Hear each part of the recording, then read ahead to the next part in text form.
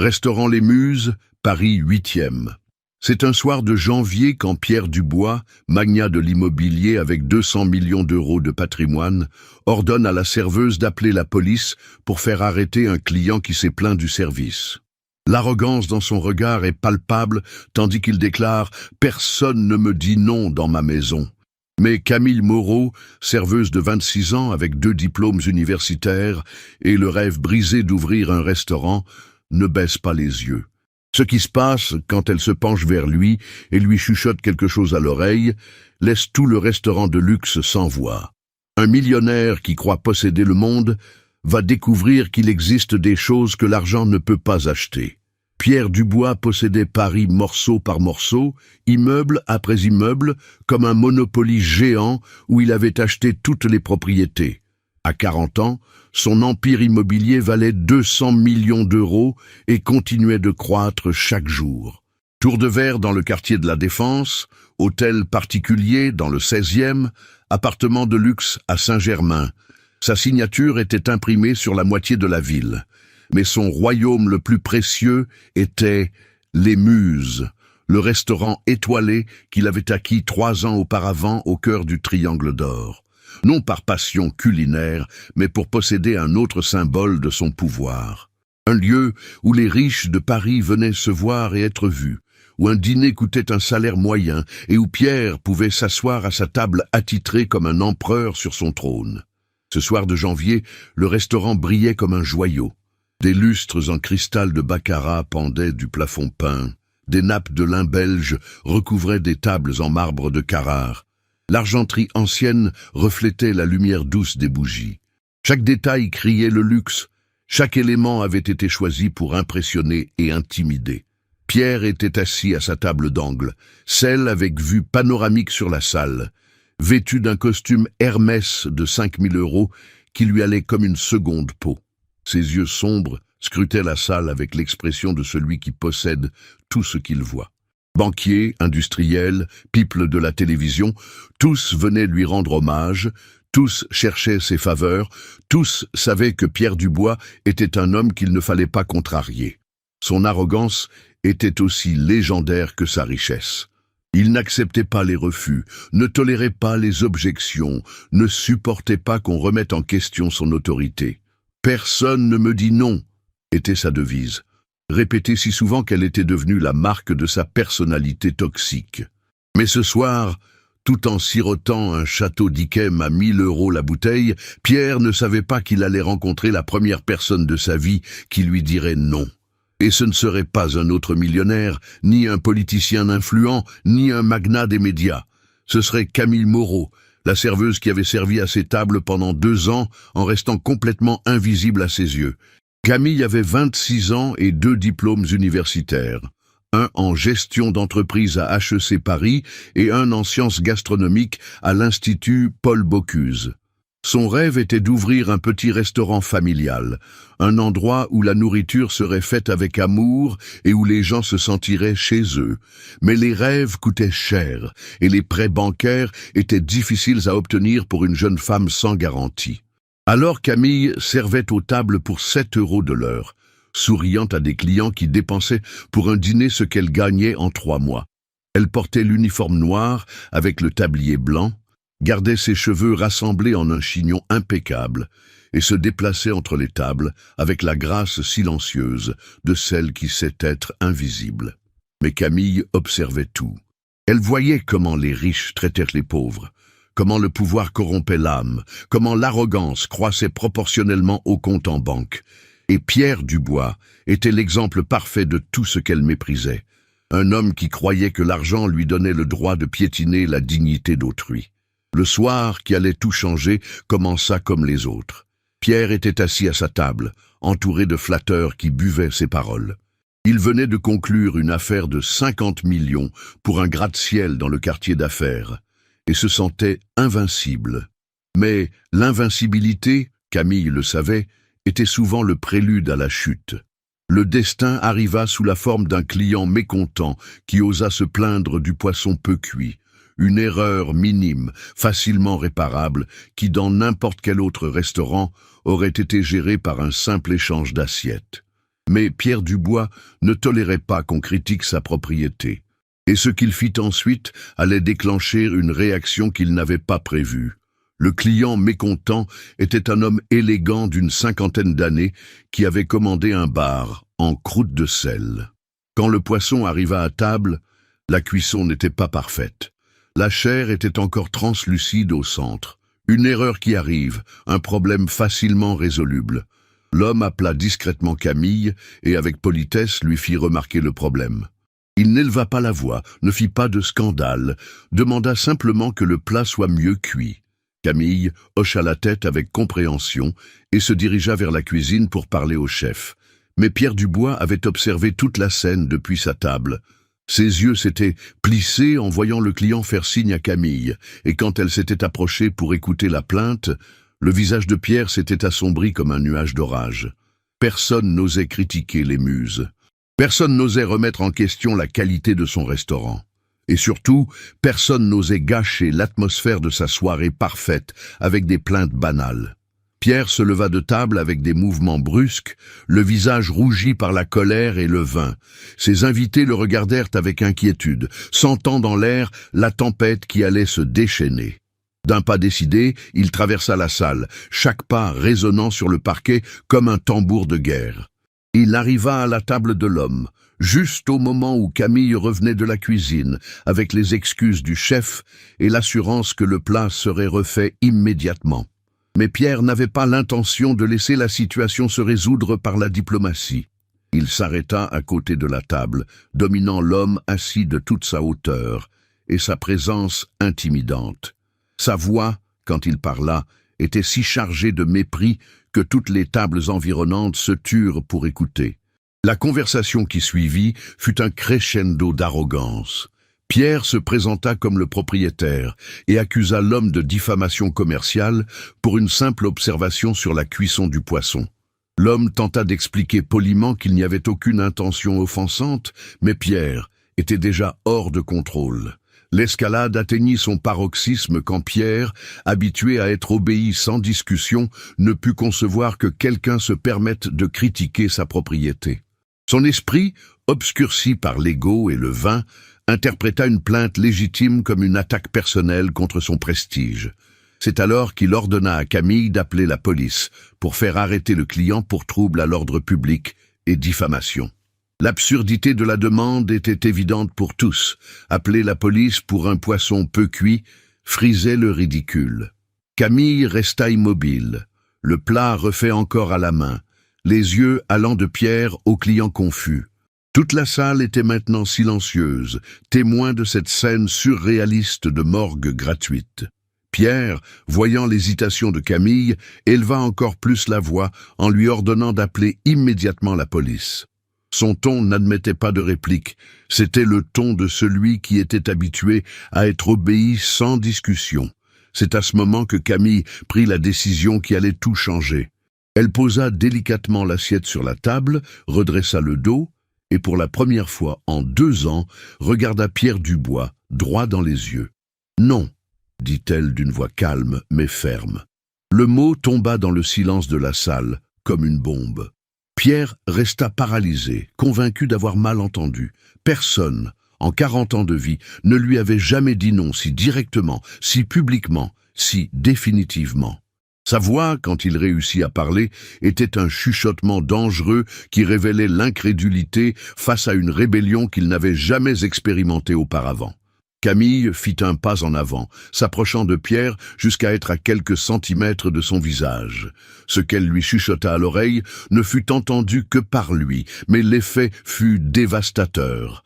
Le visage de Pierre pâlit, ses yeux s'écarquillèrent, et pour la première fois de sa vie, l'homme le plus arrogant de Paris resta sans voix. Camille se pencha légèrement vers Pierre, assez près pour que lui seul puisse entendre ses mots, mais assez visible pour que toute la salle puisse voir la scène. Le contraste était puissant. La serveuse humble s'adressant au millionnaire arrogant, l'uniforme simple contre le costume de luxe, le calme contre la fureur. Ce que Camille chuchota à l'oreille de Pierre fut une leçon de dignité condensée en quelques phrases cinglantes. Elle lui expliqua qu'il pouvait posséder le restaurant mais pas les personnes, que l'argent n'achetait pas le droit d'humilier un client innocent, qu'elle était une personne libre et n'exécutait pas d'ordres injustes. Les mots frappèrent Pierre comme des gifles glacées. Personne dans sa vie adulte ne lui avait jamais parlé avec cette combinaison de respect et de fermeté absolue. Ce n'avaient pas été des mots de défi crié ou de rébellion dramatique. Ils avaient été prononcés avec la dignité silencieuse de celle qui connaît sa propre valeur, indépendamment du compte en banque. Pierre recula d'un pas, le visage passant du rouge de la colère au blanc du choc. Son esprit, habitué à calculer profits et pertes, n'arrivait pas à traiter ce qui se passait. Une serveuse venait de lui tenir tête devant une salle pleine de témoins. Il balbutia quelque chose sur le licenciement, mais Camille répondit avec sérénité qu'elle ne voulait plus travailler pour quelqu'un qui traitait les gens comme des objets de sa propriété.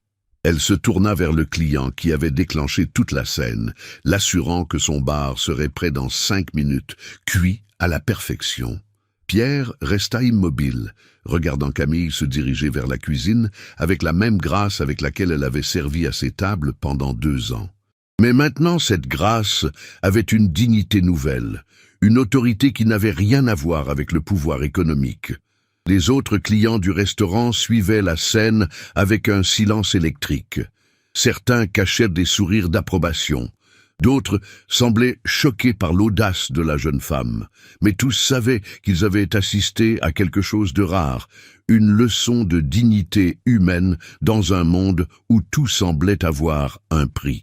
Pierre tenta de sauver la face en ordonnant aussi au client de partir, mais l'homme se leva calmement et avec dignité. Avant de sortir, il s'arrêta pour dire qu'il avait mangé dans les meilleurs restaurants du monde, mais n'avait jamais vu un propriétaire se comporter de manière si impolie. Ces mots finaux résonnèrent dans la salle comme une sentence. Cette fille valait plus que tous les millions de pierres réunies. Camille réapparut de la cuisine avec le bar parfaitement cuit, mais le client était déjà parti. Elle sourit et proposa de servir la spécialité du chef aux autres tables, transformant un moment de tension en opportunité de service, démontrant que le vrai professionnalisme n'avait rien à voir avec la soumission. Pierre, complètement décontenancé, retourna en titubant à sa table. Ses invités le regardaient avec des expressions allant de l'embarras à la curiosité. L'homme qui avait toujours dominé chaque situation venait d'être humilié par une serveuse de 26 ans. Mais la soirée n'était pas finie. Camille avait encore quelque chose à dire, et ce qu'elle ferait dans les minutes suivantes laisserait une marque indélébile dans la mémoire de tous les présents. ¿Te está gustando esta historia? Deja un like y suscríbete al canal. Ahora, continuamos con el video. Camille termina son service avec un professionnalisme impeccable, servant les autres tables comme si rien ne s'était passé. Mais chacun de ses gestes était différent. Elle marchait la tête plus haute, souriait avec plus de chaleur, parlait aux clients avec une assurance nouvelle. C'était comme si défier Pierre Dubois l'avait libérée de chaînes invisibles qu'elle ne savait même pas porter. Pierre, depuis sa table, ne pouvait s'empêcher de l'observer. La colère initiale laissait place à quelque chose de plus complexe, une confusion profonde sur qui était vraiment cette femme qui avait travaillé pour lui pendant 2 ans en restant complètement invisible. Quand le restaurant commença à se vider, Camille s'approcha de la table de Pierre pour la dernière fois. Ses invités étaient partis, le laissant seul avec ses pensées et son orgueil blessé. Camille commença à parler d'une voix respectueuse, mais ferme, racontant à Pierre la vérité sur la façon dont elle le voyait. Elle lui expliqua qu'en 2 ans de travail, il n'avait jamais su son nom, n'avait jamais demandé comment elle allait, si elle avait une famille ou des rêves. Pour lui, elle avait été invisible, un fantôme en uniforme qui remplissait les verres et apportait les plats. Mais elle l'avait observé. Elle avait vu comment il traitait les personnes qu'il considérait comme inférieures, avait vu son arrogance grandir jour après jour. Ce soir, elle avait vu un homme si riche en argent et si pauvre en humanité qu'il ne pouvait même pas supporter une critique polie sur un plat mal cuisiné. Les mots de Camille étaient précis comme des bistouris, ils coupaient sans crier, blessaient sans violence. Pierre se sentait nu, exposé, vu pour ce qu'il était vraiment. Camille continua en expliquant que Pierre croyait que l'argent lui donnait le droit de posséder les personnes, mais il se trompait. L'argent lui avait acheté le restaurant, les vêtements chers, le respect faux de ceux qui avaient besoin de son argent. Mais il ne lui avait pas acheté le droit de piétiner la dignité humaine. Puis vint la phrase qui brisa quelque chose en Pierre. Camille lui dit que la différence entre eux était qu'il avait tout ce que l'argent pouvait acheter, mais qu'elle avait quelque chose qu'il n'aurait jamais, le respect de soi-même. Pierre sentit quelque chose s'effondrer en lui. Ce n'était pas de la colère, ce n'était pas de la frustration, c'était quelque chose de plus profond. La reconnaissance douloureuse d'une vérité qu'il avait passé 40 ans à nier. Désespérément, il tenta de réparer en offrant à Camille une augmentation, mais elle sourit avec douceur en expliquant que ce n'était pas une question d'argent, mais de dignité. Et la dignité n'avait pas de prix. Quand Camille révéla qu'elle avait 2 diplômes universitaires, Pierre fut choqué. La femme qui avait servi à ses tables pendant 2 ans était plus éduquée que beaucoup de ses invités. Elle avait travaillé pour 7 € de l'heure tout en rêvant d'ouvrir un restaurant. Et il ne s'en était jamais aperçu. À sa question sur pourquoi elle ne le lui avait jamais dit, Camille répondit simplement qu'il ne le lui avait jamais demandé. Et même s'il l'avait fait, aurait-il jamais pris au sérieux la serveuse avec 2 diplômes universitaires? Pierre ne sut quoi répondre. Il savait que la réponse était non. Camille défit son tablier et le posa sur la table d'un geste définitif. Ces mots finaux furent une leçon de vie.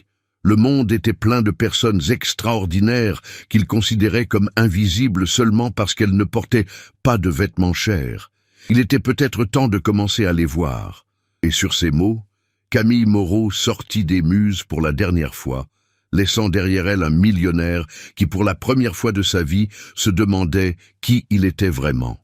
Les jours suivants furent les plus étranges de la vie de Pierre Dubois. Pour la première fois en 40 ans, il n'arrivait pas à se concentrer sur ses affaires. Les mots de Camille résonnaient dans sa tête comme un écho persistant, perturbant chacune de ses activités. Assis dans son bureau, au 30e étage d'un gratte-ciel qu'il possédait, il regardait Paris d'en haut et se demandait combien d'autres personnes extraordinaires marchaient dans ces rues sans qu'il s'en aperçoive. Combien d'autres Camille avait-il ignoré dans sa course vers le succès? Ses employés remarquèrent le changement. Pierre, habituellement impérieux et exigeant, semblait distrait, presque fragile. Il ne criait plus d'ordre, ne faisait plus de scènes pour des retards minimes. Quelque chose avait changé, mais personne n'arrivait à comprendre quoi. Pour la première fois de sa vie, Pierre se mit à chercher des informations sur quelqu'un d'autre sans arrière-pensées économiques. Il découvrit que Camille vivait dans un studio en banlieue, qu'elle envoyait une partie de ses gains à sa mère malade en Provence, qu'elle avait refusé des offres d'emploi mieux payées pour rester près de Paris, où elle espérait réaliser son rêve.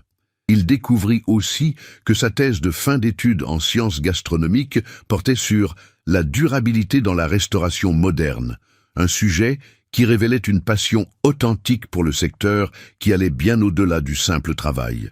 Camille n'était pas seulement une serveuse avec 2 diplômes, c'était une visionnaire qui rêvait de changer la façon dont les gens pensaient à la nourriture.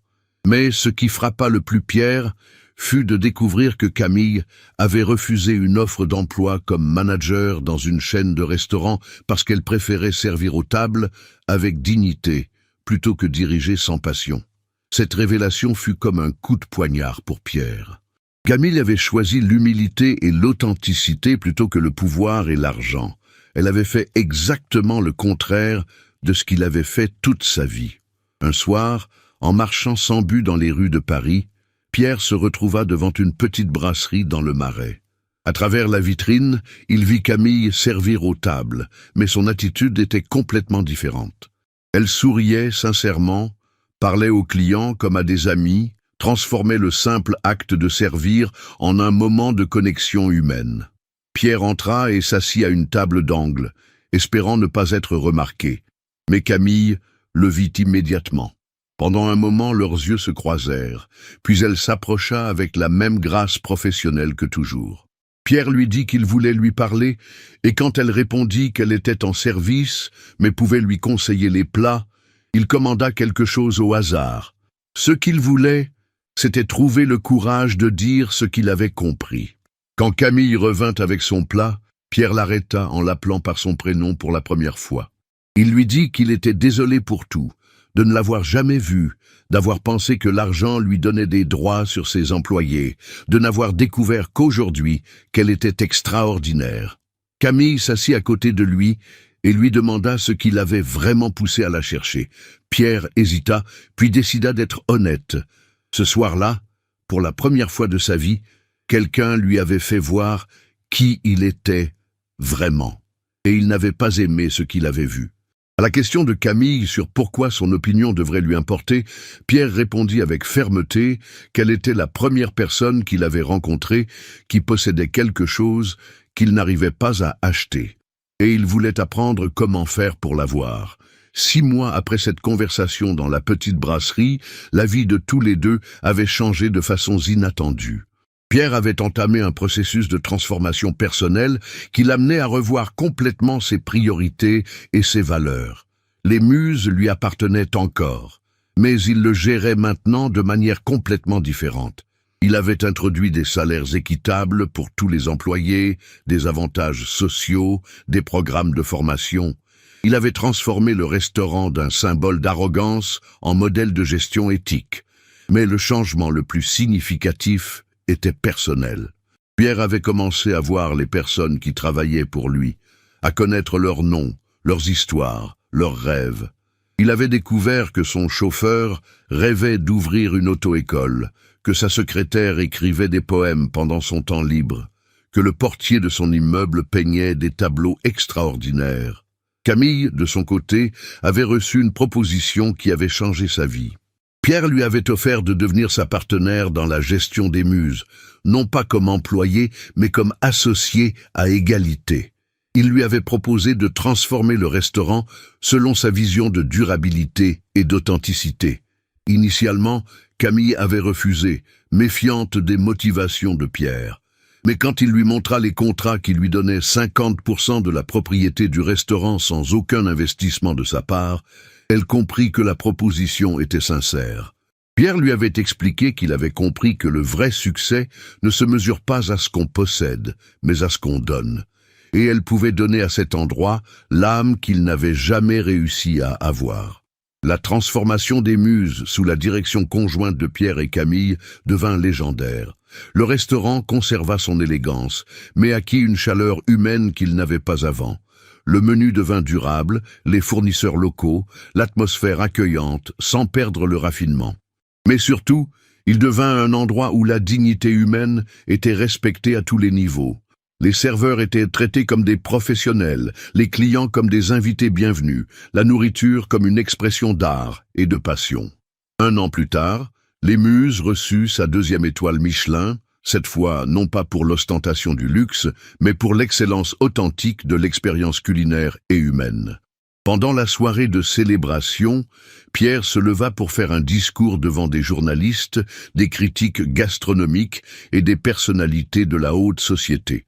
Il dit que cette étoile ne lui appartenait pas, mais à Camille Moreau, qui avait eu le courage de dire non à un homme arrogant et de lui enseigner que le vrai succès ne s'achète pas avec de l'argent. Il se tourna vers Camille et ajouta qu'1 an auparavant, elle lui avait dit que la dignité n'avait pas de prix. Maintenant, il voulait ajouter que la dignité est le seul vrai capital qui vaille la peine d'être accumulé. Les applaudissements qui suivirent furent les plus longs et sincères que les Muses aient jamais entendus. Mais pour Camille et Pierre, le vrai succès n'était pas dans les étoiles Michelin ou les applaudissements. Il était dans le respect mutuel qu'ils avaient construit, dans la transformation authentique qu'ils avaient vécue, dans la démonstration que même les personnes peuvent changer quand elles trouvent quelqu'un disposé à les voir pour ce qu'elles pourraient devenir. Camille avait appris qu'il vaut parfois la peine de tout risquer pour ses principes. Pierre avait appris que « personne ne me dit non » est une phrase que seuls les imbéciles prononcent. Parce que les meilleures personnes de la vie sont précisément celles qui ont le courage de vous dire non quand vous vous trompez. et la sagesse de vous dire oui quand vous méritez une seconde chance. Leur restaurant devint un symbole de la façon dont les affaires peuvent être menées avec éthique et humanité. Mais surtout, il devint la preuve vivante que quand l'arrogance rencontre l'humilité et que l'humilité a le courage d'élever la voix, quelque chose de beau peut naître. La serveuse humble avait donné au millionnaire arrogant la leçon la plus précieuse de sa vie, que le vrai pouvoir ne consiste pas à dominer les autres, mais à faire ressortir le meilleur d'eux. Si cette histoire vous a touché le cœur, laissez un like. Partagez dans les commentaires. Avez-vous déjà dû dire non à quelqu'un de plus puissant que vous? Croyez-vous que les gens peuvent vraiment changer? Abonnez-vous et activez la cloche pour d'autres histoires qui montrent comment le courage et la dignité peuvent tout changer. Souvenez-vous, Camille a prouvé que personne ne peut nous acheter si nous ne nous vendons pas. Parfois, la leçon la plus importante vient de la personne qu'on attend le moins.